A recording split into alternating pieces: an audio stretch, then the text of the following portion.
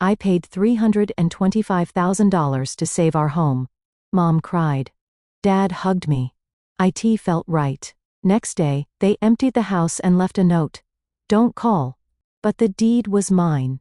They lost everything. I pull into the driveway of my modest Portland home, my body sagging with the weight of a 12-hour shift in the ER. 3 cardiac arrests, 1 child with a broken arm, and a man who swallowed his dentures. My scrubs reek of antiseptic and sweat. All I want is a hot shower and 8 uninterrupted hours of sleep. The golden sunset bathes our quiet suburban street in amber light. Mrs. Patterson waters her prized dahlias across the street, lifting her wrinkled hand in a familiar wave. I wave back, forcing a tired smile. Something nags at the corner of my mind as I stare at my house. The curtains. The living room curtains are missing from the windows. Strange. Mom probably washed them. Again. Her cleaning frenzies always intensify when Dad makes another investment. I climb out of my ancient Toyota, swing my backpack over my shoulder, and trudge up the walkway. The stone gnome Dad, bought at a garage sale 5 years ago, still grins his chipped smile by the steps. I dig my keys from my pocket, unlock the door, and step inside. The hollow echo of my footsteps stops me cold. Mom? My voice bounces off bare walls. Dad? Nothing. The living room stands completely empty. No sofa where Dad watched football every Sunday. No coffee table with Mom's collection of ceramic birds. No family photos climbing the staircase wall. Not even the hideous brown recliner my brother Brandon insisted on keeping when he moved out. Just nothing. My heart hammers against my ribs as I move through the house. Kitchen empty. Dining room empty. The bedrooms upstairs all empty. My childhood bedroom, where height marks still tracked my growth on the doorframe, stripped bare. The bathroom cabinet where I'd stashed emergency tampons and Advil, cleaned out. They've taken everything. Every stick of furniture, every pot and pan, every family photo, even the shower curtain. Back in the entryway, something catches my eye. A single white envelope lies in the center of the hardwood floor, illuminated by a shaft of setting sunlight. My trembling fingers fumble with the seal. Inside, a single sheet of paper. Mom's handwriting, slanted and hurried. Thanks for fixing our credit, loser. We're moving to Texas with Brandon. Don't call. My legs give out. I sink to the floor, the cold hardwood pressing against my knees. A wave of nausea rolls through me as the truth sinks in. They've abandoned me. Worse, they've robbed me. My phone buzzes in my pocket. An automated message from a realtor. Congratulations on the successful listing of your property at 4217 Oakwood Lane. We anticipate closing within 30 days. The room spins. They're selling my house. My house. 7 months ago, I slept in my car after Brian and I broke up. 3 years together, and he kicked me out with nowhere to go. I was saving every penny for a new apartment, determined to rebuild. Then Mom called at 2 a.m., sobbing. We're about to lose the house, she wailed. Your father made some bad investments. We owe $325,000. My childhood home, the doorframes with pencil marks tracking my growth, the backyard where Dad taught me to catch a baseball, the kitchen where Mom showed me how to make her famous apple pie. Gone. What about the money Grandma left? I asked. Silence hung between us. The inheritance that should have been split between Brandon and me. The money that mysteriously disappeared into Brandon's failed sports bar venture. It's gone, Mom whispered. Despite the anger simmering in my gut, I couldn't let them lose everything. I'll help, I promised. I worked double shifts at Providence, Portland until my feet swelled and my back screamed. Maxed out my credit cards, canceled my dental insurance, ate ramen for dinner 5 nights a week, all to save them. While I drained my savings account, my parents' Facebook page filled with smiling photos. Family triumph over financial troubles, Mom posted, beneath a picture of them toasting with champagne. They hosted a lavish dinner to thank me, but spent the evening fawning over Brandon's new business idea, as if his first failure never happened. I sat at that dinner table, watching them laugh and celebrate, and the truth hit me like a defibrillator shock. I gave everything to save them, and they're acting like they saved themselves. That night, I researched home ownership rights until my eyes burned. I questioned the family lawyer about refinancing options when Dad wasn't around. Then I made my move. Asked my parents to sign refinancing paperwork that was actually a quitclaim deed. Mom's eyes flickered with doubt before she signed. This puts everything in your name temporarily, I explained. For tax purposes. She nodded, pen hovering. You'll transfer it back? Of course, I lied. Now, sitting on the bare floor of my empty house, that decision feels both foolish and prescient. They tried to sell my home, but I outsmarted them. My phone buzzes again. A text from Brandon. Mom says you're being dramatic again. I stare at his message, then at the empty rooms around me. Dramatic? They've stolen everything I own except the scrubs on my back. The sun sinks below the horizon, leaving me in darkness. But as I sit in the growing shadows, something shifts inside me. The weight of betrayal crystallizes into something harder, colder, more determined. This house is mine. And they've made a terrible mistake. The next morning, the light filters through bare windows as I sit cross-legged on the hardwood floor, surrounded by scattered papers. Sleep came in fitful bursts last night, my mind racing through possibilities while my body curled uncomfortably in the back seat of my Toyota. The house felt too empty, too hollow to stay in. But I'm back now, determined to understand. I thumbed through the mail collected from the kitchen counter, bills addressed to my parents, circulars, and a thick envelope from Bayview Realty that my father must have overlooked in their hasty departure. My fingers tremble as I tear it open. Final contract and closing instructions, the cover letter reads. My stomach drops as I scan the dates. The contract was signed 3 weeks ago while I was working night shifts, while I was bringing them groceries on my days off, while they smiled and told me things were looking up. My phone buzzes with a Facebook notification. My mother has posted a photo of herself, my father, and Brandon standing in front of a modest ranch house, arms linked and smiling broadly. New beginnings in the Lone Star State, finally free, reads the caption, followed by Texas flag emojis. The timestamp shows 4 hours ago. My throat tightens as I swipe to the next photo. Brandon holding a set of keys, grinning like he's won the lottery. The comment section overflows with congratulations from relatives and family friends who have no idea what they've done. The sale contract in my hands tells the full story. Listing price, $450,000. Down payment already received, $10,000. Closing scheduled for next week, $450,000. Nearly double what I paid to save this house. Money they plan to take while leaving me with nothing. You absolute vultures, I whisper, my voice echoing in the empty room. I spread the papers across the floor, creating a timeline of deception. My father, once a respected accountant, started gambling 5 years ago after losing his position at the firm. Small bets grew larger. Credit cards maxed out, loans taken against the house. His brother, Uncle Greg, covered for him at family gatherings, laughing off concerns with, Jack's just having a streak of bad luck. My mother, forever maintaining the perfect family image, redecorated the living room 3 times in the past year, even as they spiraled into financial ruin. Her social media remained a curated gallery of family happiness, each post more fabricated than the last. And Brandon. My stomach churns thinking about my younger brother, the golden child who could do no wrong. His failed sports bar venture swallowed my grandmother's inheritance whole, yet somehow he remained blameless. He's just finding his path, my mother would say, while I worked 60-hour weeks at the hospital. My phone buzzes again. A text from Mara, Brandon's girlfriend of 2 years. Is it true you're homeless now? Brandon says you're being dramatic about the move. Before I can respond, another text arrives. This one from Jennifer, my colleague from the ER. Heard about what happened. Spare room is yours if you need it. No rush to leave either. The kindness catches me off guard, bringing unexpected tears to my eyes. A knock at the front door startles me. Mrs. Patterson stands on the porch, her silver hair catching the morning light. She holds a small box in her weathered hands. I saw them loading the truck at midnight, she says, her voice quiet with disapproval.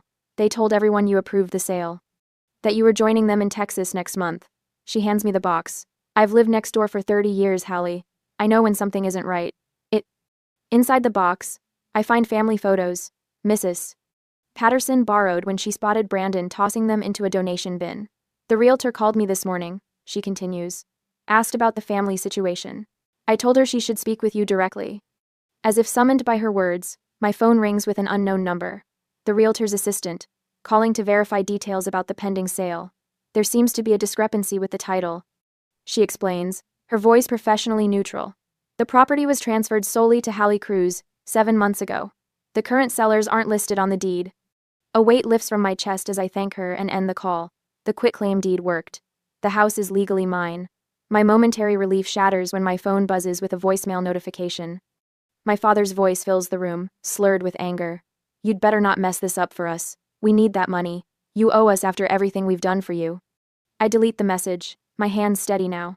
The stakes have never been clearer. My credit cards are maxed from saving this house. I have nowhere else to go. If they contest the quitclaim deed, I could lose everything.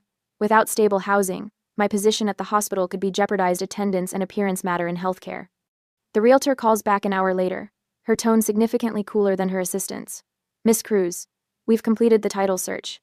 The sale cannot proceed without your authorization as the legal owner. We've frozen the transaction pending clarification. Thank you. I reply, surprised by the calm in my voice. That evening, Jennifer arrives with an air mattress, a bag of takeout, and a fierce hug. Just until you get back on your feet, she says, helping me inflate the mattress in what used to be my bedroom. As night falls, I lie awake staring at the ceiling. The house creaks and settles around me, familiar sounds from childhood that now feel different.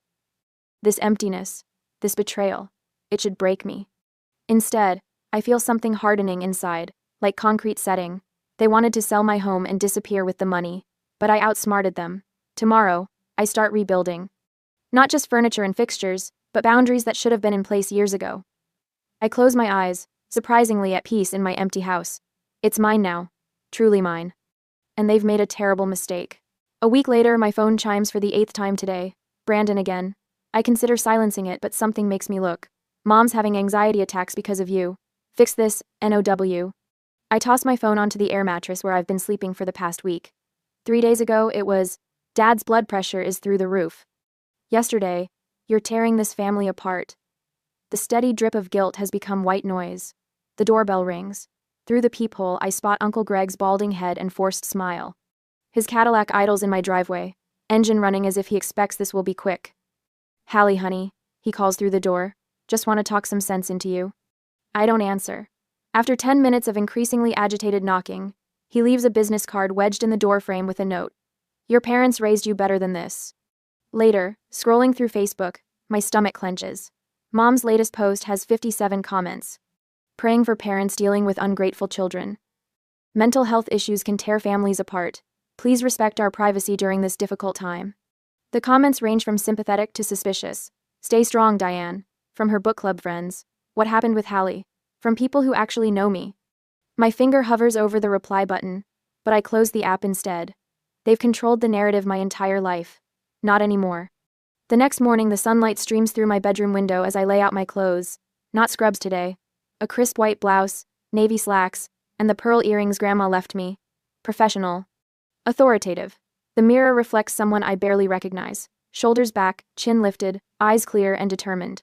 The title office smells like copy paper and coffee. The receptionist's eyes widen slightly when I give my name. Miss Cruz, we weren't expecting you until 10. I prefer to be early. My voice sounds steadier than I feel. Mr. Abernathy, the title officer, shakes my hand firmly. His office walls are lined with family photos and fishing trophies. I've reviewed your documentation, he says, gesturing to the folder on his desk. The quitclaim deed is in order. Your payment records are remarkably well organized. I've learned to keep receipts, I say, the corner of my mouth lifting slightly. He nods, studying me. I've never seen someone your age so prepared. Most people twice your age don't understand these transactions. Necessity is an excellent teacher. His printer whirs, producing the document I've been fighting for. This confirms it, Miss Cruz. You are now the legal homeowner of record. The attempted sale has been voided. My fingertips tingle as I touch the paper. Mine. Truly mine. Mr. Abernathy clears his throat. Your parents requested a conference call. They're quite insistent. I bet they are. The speakerphone crackles. Dad's voice fills the room, already mid-sentence. Completely unreasonable. We raised her, put a roof over her head for years. Mr. Cruz, Mr. Abernathy interrupts. I have your daughter here with me. We're on speaker. A moment of startled silence. Then Mom's voice, trembling with practiced vulnerability.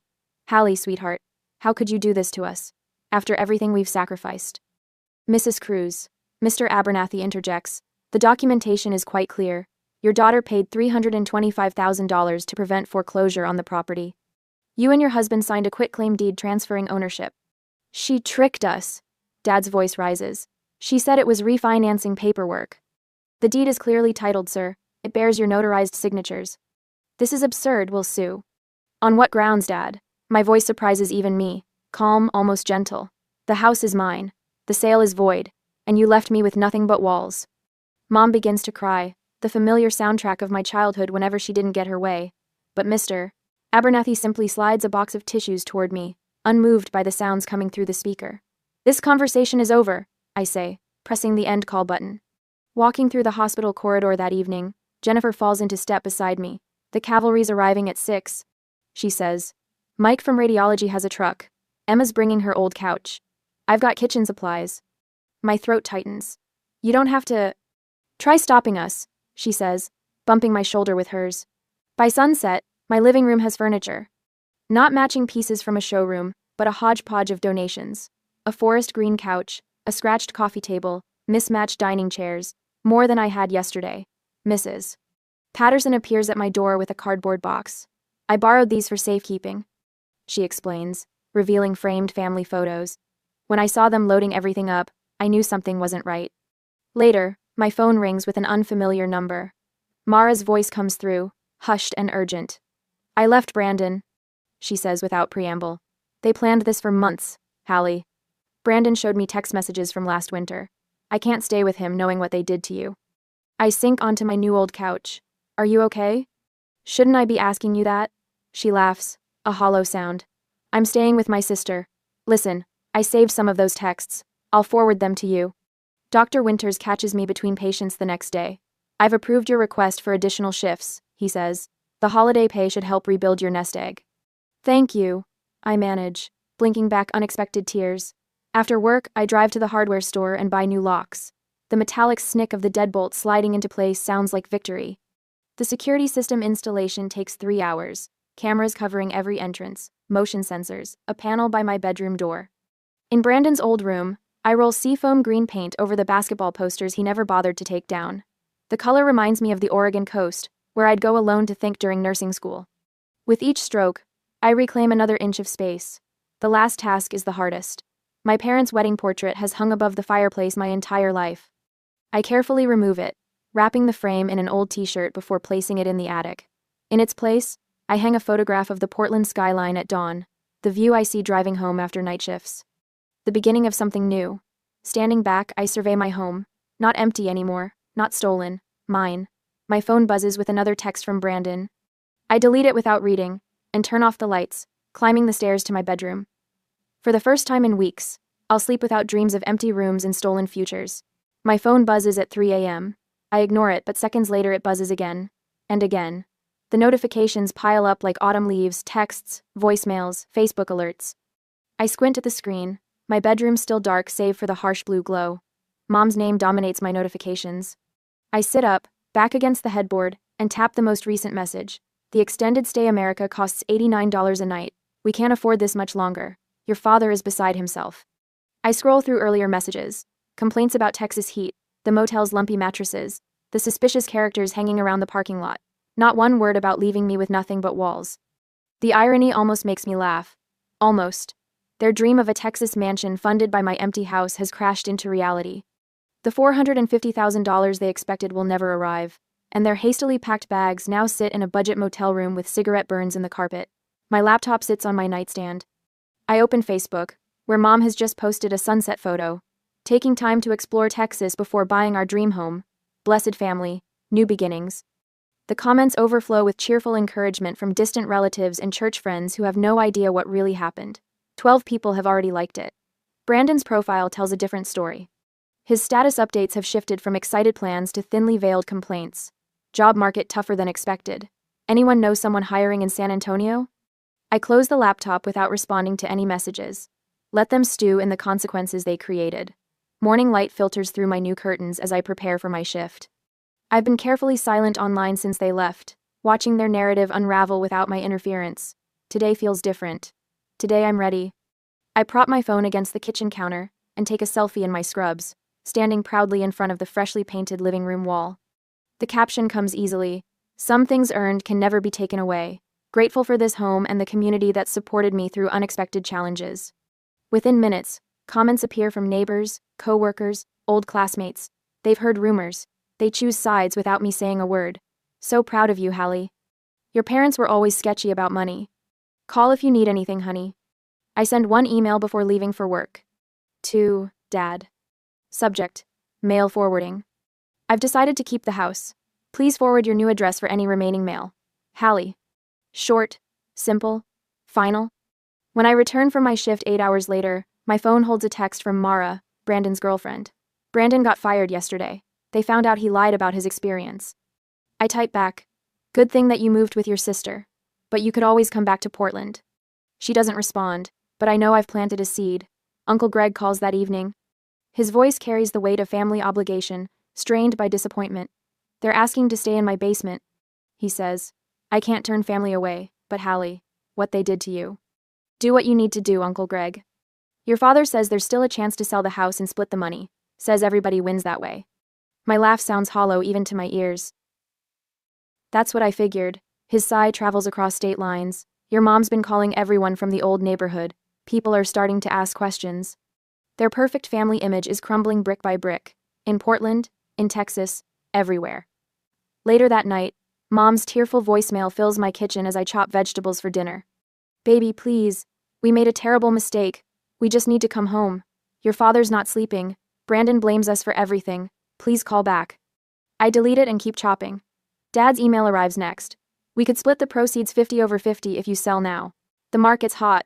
Be reasonable, Hallie. Brandon's text is less diplomatic. You've destroyed this family. I stand at my kitchen window, watching stars appear above my backyard. The yard where Dad taught me to throw a baseball. The yard where Mom planted tulips every spring.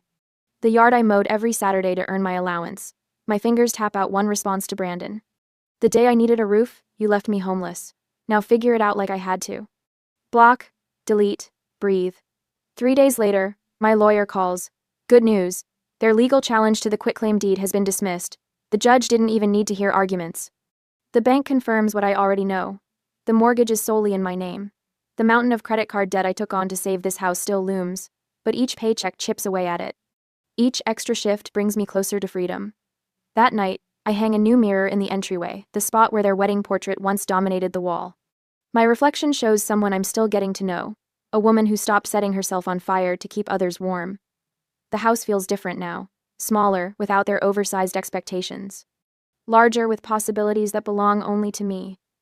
My financial sacrifice was enormous, but it saved me from a lifetime of exploitation. Some lessons cost everything but teach you what you're truly worth. And in my case, that's exactly the price of this house. A month later, the rain pounds against my windows like tiny fists demanding entry. October in Portland brings storms that wash away summer's lingering warmth and expose the bare bones of reality. I'm curled on my new couch, a modest secondhand find that Jennifer helped me haul up the front steps last weekend, reviewing patient charts when headlights sweep across my living room wall. A car door slams. Then another. A third. My stomach tightens. I know those footsteps on the walkway before the doorbell rings. The security camera app on my phone confirms what my body already sensed. My parents and Brandon, huddled beneath a single umbrella on my porch, their faces drawn and desperate. I consider not answering. Let them stand in the rain like I stood in an empty house 3 months ago. But that's not who I am. Not anymore. When I open the door, Mom steps forward first, her mascara tracking dark rivers down her cheeks. Hallie, thank God. We have nowhere else to go. Dad looks smaller somehow, his shoulders hunched against the driving rain. The Texas situation. It didn't work out. Brandon pushes past them both, water dripping from his leather jacket onto my newly refinished hardwood floors. You need to fix what you broke, he snaps. They had to sell their car just to get back here. I say nothing, simply step aside to let them into the entryway. The home they stripped bare now contains just enough furniture to remind them of what's missing. My furniture. My home. After everything we've done for you, Mom whispers, her voice cracking with practiced precision. I changed your diapers. I nursed you through chickenpox. I helped you apply to nursing school. I've rehearsed this moment in therapy, in the shower, while staring at my ceiling at 3 a.m. Yet now that it's here, a strange calm settles over me. I don't feel rage anymore. Just clarity. Would you like to sit down? I ask, gesturing to the living room. They exchange confused glances before following me. Dad's eyes flick to the mantel, where their wedding portrait once hung. In its place is a framed copy of my nursing license. When I was 16, I begin, perching on the edge of my armchair. I crashed Dad's car. Remember? You grounded me for 3 months and made me work at Uncle Greg's warehouse to pay for repairs. Dad frowns. What does that have to? You taught me about consequences. I continue. About responsibility. About paying my debts. I reach for the folder on my coffee table. So I've kept track of mine. And yours. I open the folder and remove a stack of bank statements, neatly highlighted in yellow. $78,000. That's what I paid toward the mortgage and property taxes over 7 months. I place them on the table. Plus another $23,000 in credit card debt I took on to keep this roof over your heads. Mom's hand flutters to her throat. Hallie, we never asked. Next. I pull out my phone and open Facebook. While I was eating ramen 5 nights a week, you posted these. I scroll through their smiling Texas photos, the steakhouse dinners, the shopping trips, the vineyard tour. Interesting budget choices for a family in financial crisis. Brandon shifts uncomfortably. Social media isn't real life. No? I extract the handwritten note from a protective sleeve, now professionally framed. Is this real enough? Thanks for fixing our credit, loser. We're moving to Texas with Brandon. Don't call. My voice doesn't waver. Mom's handwriting. Dad's sentiment. Your collective goodbye gift. The silence thickens until Dad clears his throat. We made a mistake. We're sorry. Sorry you got caught. I correct him. Sorry your plan failed. I place the final document on the table, a notarized statement from Mara. Brandon's ex-girlfriend had quite a story to tell. How you planned this for months. How you discussed selling my house while I worked double shifts to save it. Dad's facade cracks. His eyes dart to the exit like a cornered animal's. You had no right to turn Mara against us. I didn't turn anyone against you. You did that yourselves. Mom's performance tears give way to something rawer, uglier. How could you do this to your own mother? Her voice rises. Where are we supposed to go? The same place I was supposed to go when you emptied my home and tried to sell it from under me. The words come easily now. You never saw me as family, just as a resource to use. A problem to solve your problems. Brandon lunges forward, finger pointing at my face. You think you're so perfect? You stole our house. Your house? I stand, matching his height. The house I saved with my money? The house you abandoned? That house? His mouth opens, closes, opens again. No sound emerges. Through my front windows, I notice Mrs. Patterson peeking out from behind her curtains. 2 doors down, the Collins family has paused their evening dog walk to watch the drama unfold. My family's shame is now as public as their betrayal. You can stay at the Motel 6 on Powell. I say quietly. I've arranged for 3 nights, paid in advance. After that, you're on your own. 3 nights? Mom's voice cracks. What are we supposed to do after that? I walk to the door and open it. The rain has slowed to a gentle patter. Figure it out. Like I had to. One by one, they file past me. Dad pauses at the threshold, his familiar cologne mixing with the petrichor. We're still your parents, Hallie. Biology doesn't make a family, I reply. Actions do. I close the door firmly behind them and engage the security system. The electronic beep echoes through my reclaimed space. Through the window, I watch them retreat down the walkway, past the stone gnome with his chipped smile. I didn't destroy them. I whisper to the empty room. They destroyed themselves. I just stopped saving them. The weight I've carried for so long slides from my shoulders like water. I turn back toward my home, modest, incomplete, but unmistakably mine. Outside, the storm clouds break, revealing a single star in the twilight sky. The first clear thing I've seen in months. The morning sun warms my face as I kneel in the freshly turned soil. 1 year later, and my hands still remember the emptiness of this house. Now they press seedlings into the earth where Dad's neglected grill once collected rust. Marigolds, zinnias, and cosmos, bright, resilient flowers that return season after season. Those are coming along nicely. Mrs. Patterson calls from across the fence. No longer just a neighbor who waters dahlias, but a friend who brings homemade bread on Sundays and listens to my stories without judgment. You should see inside. I answer, brushing dirt from my knees. The art studio is finally finished. What was once Dad's dusty office, where he plotted financial schemes that never materialized, now brims with natural light. Clay-spattered tables hold half-finished mugs and bowls. My fingers find peace in shaping something from nothing. The spare bedroom upstairs stands ready for Lucia, the nursing student I'm mentoring. Her situation mirrors mine years ago, talented but drowning in family obligations.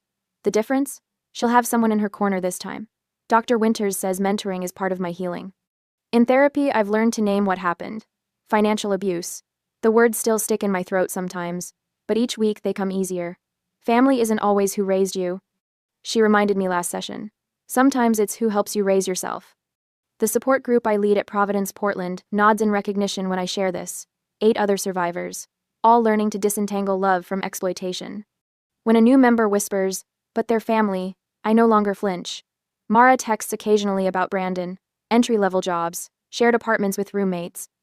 My parents separated 6 months ago. Mom in Uncle Greg's basement, Dad in a studio apartment. The Texas dream dissolved like sugar in rain. I feel nothing when I read these updates. Not satisfaction. Not anger. Just peaceful distance, like watching waves from a shore I no longer need to swim toward. The doorbell chimes. Jennifer arrives first for the housewarming, arms loaded with sparkling cider and paper plates. "This place looks amazing," she says, taking in the walls now covered with local artwork, the refinished hardwood floors, the bookshelves filled with nursing journals and pottery books. Guests filter in throughout the afternoon. My chosen family, Mrs. Patterson brings her famous blueberry pie. Coworkers from the ER. Friends from pottery class.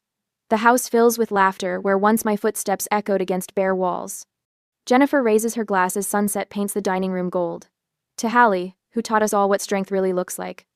Later, when everyone has gone, I sit with the photo album I finally opened. Pictures of my childhood home, now arranged on my terms. Mom and Dad smile from behind glass frozen in a time before betrayal unraveled us. Brandon's graduation photo. All displayed not as wounds but as chapters in a longer story. Sometimes the most loving thing you can do is stop rescuing those who repeatedly harm you. The hardest boundaries protect the softest hearts. On the front porch swing, I watch fireflies blink in the gathering dusk. The weight of house keys in my palm feels right. Earned. The garden I've planted will bloom next spring, and the spring after that. Roots grow deeper than anyone sees.